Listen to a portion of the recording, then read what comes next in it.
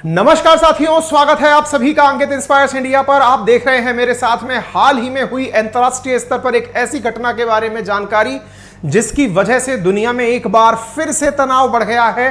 हाल ही में प्राप्त जानकारी जो मीडिया में मुश्किल से घंटे 2 घंटे पहले ही फ्लैश होना शुरू हुई है, जिसके तहत यह पता चला है कि रूस के राष्ट्रपति का आधिकारिक जो ऑफिस है क्रेमलिन में, मॉस्को के अंदर रूस में, वहां पर 2 ड्रोन से हमले हुए हैं जिनके थ्रू पुतिन को मारने की कोशिश की गई है, ऐसा रूस का दावा है। जिसके चलते इस समय पुतिन से जुड़ी हुई तमाम खबरें ट्विटर पर ट्रेंड कर रही हैं। व्लादिमीर पुतिन ट्विटर पर टॉप ट्रेंड पर हैं, मॉस्को नंबर 2 पर ट्रेंड कर रहा है।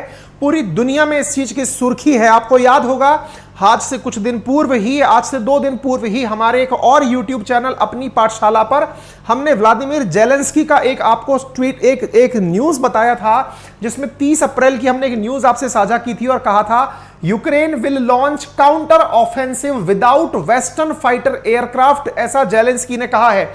हमने आपको बताया था कि यूक्रेन ने हाल ही में कहा था कि यदि वेस्टर्न वर्ल्ड भी हमारे साथ नहीं आएगा तो उनके बिना भी हम जाकर के रूस पर हमला करेंगे। 30 तारीख की यह खबर थी और आज की खबर आप सुन लीजिए कि हाल ही के अंदर रशिया ने कहा है कि यूक्रेन की तरफ से व्लादिमीर पुतिन के ऑफिस जो क्रेमलिन में है उसके ऊपर 2 ड्रोन चलाकर मारे गए हैं, 2 ड्रोन चलाए गए हैं, जिनकी वजह से यहां पर कुछ इस प्रकार का दृश्य देखने को मिला है। यह क्रेमलिन का ऑफिस है, यहां पर यह ड्रोन उड़ता हुआ आप आगे देखते हैं और इस प्रकार का यहां पर ब्लास्ट होता है। ये बिल्कुल इस तरह से समझ लीजिए जैसे भारत की संसद या राष्ट्रपति भवन के ऊपर यहां पर उड़ता हुआ यह ड्रोन आता है और रूसी सिक्योरिटी एजेंसीज इसे हवा में ही मार गिराती हैं। 2 ड्रोन्स यहां पर आए हैं और यह जगह जो है ये कीव जो कि यूक्रेन की राजधानी है वहां से लगभग 400 किलोमीटर दूर बताई जा रही है। अगर जगह अलग अलग लिखा हुआ आ रहा है, कहीं 280, कहीं 450, कहीं 1150, अलग अलग वैल्यूज लिखी आ रही हैं, लेकिन अगर एक चीज देखें तो यह समझ में मैप से आता है कि यह तो यूक्रेन की राजधानी है और यह रूस की राजधानी है। डिस्टेंस काफी ज्यादा है और यहां से ड्रोन जाकर के क्रेमलिन के ऊपर पहुंचते हैं जहां पुतिन रहते हैं। यह बड़ी बात है, यह इतनी गंभीर खबर है साथियों कि इसकी तुलना इस बात से की जा सकती है जैसे अमेरिका का एक बार जो पेंटागन है उस पर ओसामा बिन लादेन के द्वारा आतंकी हमला किया गया था, ट्विन टावर्स पर आतंकी हमला किया गया था, अगर आपको याद हो, जिसे 9/11 अटैक के नाम से जाना जाता है, जिसके रिटेलिएशन में अमेरिका ने यूएनएससी की सर्वसम्मति से अनुमति प्राप्त करके पूरे अफगानिस्तान पर 20 साल तक बम चलाए। वो अफगानिस्तान जो कभी एक अच्छा पनपता हुआ देश हुआ करता था, अलकायदा के चलते पूरे अफगानिस्तान को ना जाने कितने साल पीछे धकेल दिया। इस प्रकार के हमले को आतंकी हमले के रूप में क्या रूस भी देखेगा? रूस के इतने प्रमुख स्थान पर यूक्रेन के द्वारा किए गए इस ड्रोन हमले का क्या जवाब देगा? इसका अंदाजा इस बात से लगाया जा सकता है कि फिलहाल जो आप ये आवाज सुन रहे हैं, ये जो आवाज है, ये आवाज आपको मैं सुना दूं, ये आवाज इस समय कीव में, यूक्रेन की राजधानी कीव में सायरन के रूप में बजाई जा रही है। यानी यूक्रेन में एयर अलर्ट जारी कर दिया गया है। उम्मीद की जा रही है किसी भी समय रूस के द्वारा रिटेलिएटरी एक्शन में तमाम कीव को तबाह किया जा सकता है, क्योंकि रूस इसका माकूल जवाब देगा। ऐसी सुर्खियां निकलकर आ चुकी हैं। यानी आप इस ऑडियो से ये फीलिंग निकाल सकते हैं कि यह कितनी बड़ी घटना है कि इधर क्रेमलिन के ऊपर जाकर ड्रोन गिरा है और उधर यूक्रेन ने अपनी तरफ, अपने देश में, अपनी राजधानी में पूरी तरफ सायरन बजाकर लोगों को घरों में छुपने का आदेश दे दिया है। इनको ज्ञात होना चाहिए कि इन लोगों ने किसके साथ पंगा ले लिया है। अब यहां पर तमाम प्रकार के सवाल उठ रहे हैं कि क्या पुतिन के क्रेमलिन तक ड्रोन पहुंच पाना संभव था? एक बड़ा प्रश्न यह बनकर निकल रहा है कि क्या रूस जो दुनिया को S-400, S-500 जैसे डिफेंस सिस्टम बेचता है, उस देश के जो राष्ट्रपति भवन है उसके ऊपर जाकर ड्रोन पहुंच सकता है? अगर ऐसा है तब तो बहुत सारे प्रश्न बनते हैं कि क्या रूस सुरक्षित है या फिर यह पुतिन की कोई चाल है, क्योंकि असल में 9 मई को पुतिन के द्वारा विक्ट्री डे सेलिब्रेट किया जाना है। हालांकि वो द्वितीय विश्व युद्ध की जीत की याद में सेलिब्रेट किया जाना है और विक्ट्री डे से जस्ट पहले इस प्रकार की खबर निकलकर आ जाना दुनिया में एक इस प्रकार का औचक माहौल पैदा कर देता है कि विचार नहीं किया जा सकता। दुनिया इस बात से बड़ी संवेदनशील हो गई है कि कहीं पुतिन वाकई में विक्ट्री डे ही सेलिब्रेट ना कर दें, एक बार में ही कीव को नेस्तनाबूद कर दें। इन सारी संभावनाओं के चलते फिलहाल मार्केट में भयंकर तनाव है। जो लोग नहीं जानते पुतिन कौन, चलते हैं और जानकारी देते हैं इस सायरन के संबंध में। पूरी घटना अब आपको विस्तार से बताते हैं, सुनते चलिएगा। साथियों, रूस का दावा है कि यूक्रेन ने राष्ट्रपति पुतिन की हत्या का प्रयास किया है। रूसी राष्ट्रपति कार्यालय ने बताया है कि यूक्रेन ने मंगलवार रात को क्रेमलिन पर ड्रोन हमला किया। इसका मकसद पुतिन की हत्या करना था। और देखिए, पुतिन की हत्या करना अगर यह प्लानिंग का पार्ट है तो यह बहुत ही बड़ा, मतलब धूर्ततापूर्ण यूक्रेन का एक प्रकार से प्रयास माना जाएगा। हालांकि यह बात गले से ही नहीं निकल पा रहे हैं आप और हम कि क्या यह कोशिश भी कर सकता है यूक्रेन, क्योंकि जो अभी तक डिफेंसिव मेजर्स कर रहा है, अभी अपने ऊपर आने वाले बमों को जो बचाने का प्रयास कर रहा है, वो इस प्रकार के हमले कर दे। अच्छा, दूसरी बड़ी बात यह है, संभव इसलिए है क्योंकि जब इंडिया का हमने मां काली विवाद आपके सामने रखा था तब बताया था कि यूक्रेन ने क्रीमिया, जिस पर रूस का कब्जा है, वहां के ऑयल डिपो पर भी ड्रोन से हमला करके वहां आग लगाई थी।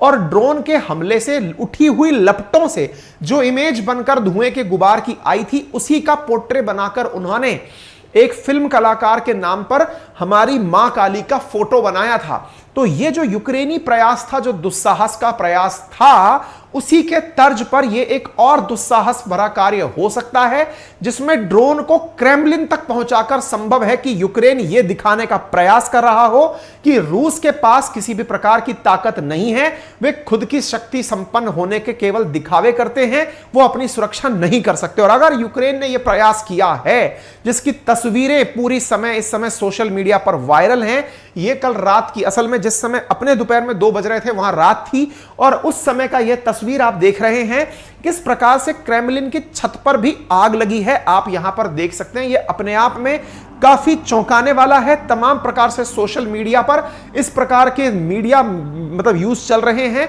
और दुनिया इस बारे में पूरी तरह से अब चिंतित है कि अब यूक्रेन तेरा क्या होगा, क्योंकि यदि पुतिन ने इसका बदला लेने का प्रयास किया तो 9 मई को वाकई में यूक्रेन पर फतह के लिए भी विक्ट्री डे मनाया जा सकता है, क्योंकि अब उन्हें रोकने वाला कोई नहीं होगा।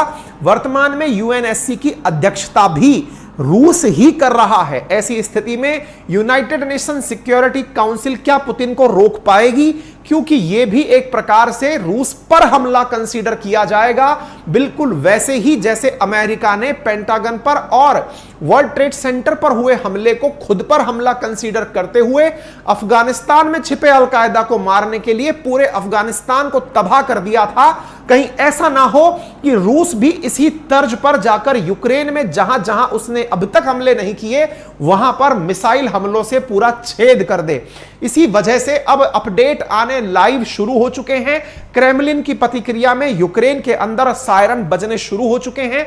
बस दोनों ही एक जगह न्यूज बड़ी इंटरेस्टिंग ये निकल कर आती है कि जिस समय क्रेमलिन पर यह गोला गिराया गया या फिर यह ड्रोन गिराया गया, उस समय पुतिन क्रेमलिन में नहीं थे। लेकिन कहां थे ये किसी को नहीं पता है। फिलहाल क्रेमलिन के सामने विक्ट्री डे परेड, ये बिल्कुल इतना सेंसिटिव मसला है साथियों। जैसे हमारे यहां 15 अगस्त और 26 जनवरी होता है, ऐसे रूस के यहां विक्ट्री डे सेलिब्रेशन होता है, क्योंकि सेकेंड वर्ल्ड वॉर जब खत्म हुआ था तो जर्मनी को हराकर रूस ने जो खुशी मनाई थी, Baltic nation Latvia, Lithuania, Estonia और यूक्रेन को छोड़कर जो यूएसएसआर के तत्कालीन देश थे, चाहे फिर आर्मेनिया, अजरबैजान हो या सेंट्रल एशियन कंट्रीज हो या रूस हो, ये सब इस जीत को विक्ट्री डे के रूप में, मिलिट्री डे के रूप में सेलिब्रेट करते हैं। यहां की सेनाएं इसका जश्न मनाती हैं। जर्मनी पर जीत की खुशी, जिसकी वजह से लेनिनग्राड जैसी जगह बचाई गई थी, उनकी खुशी के रूप में इस दिन को सेलिब्रेट किया जाता है। लेकिन इस सेलिब्रेशन के चलते अब क्या ये सेलिब्रेशन रुक जाएंगे 9 तारीख के? आंसर है नहीं।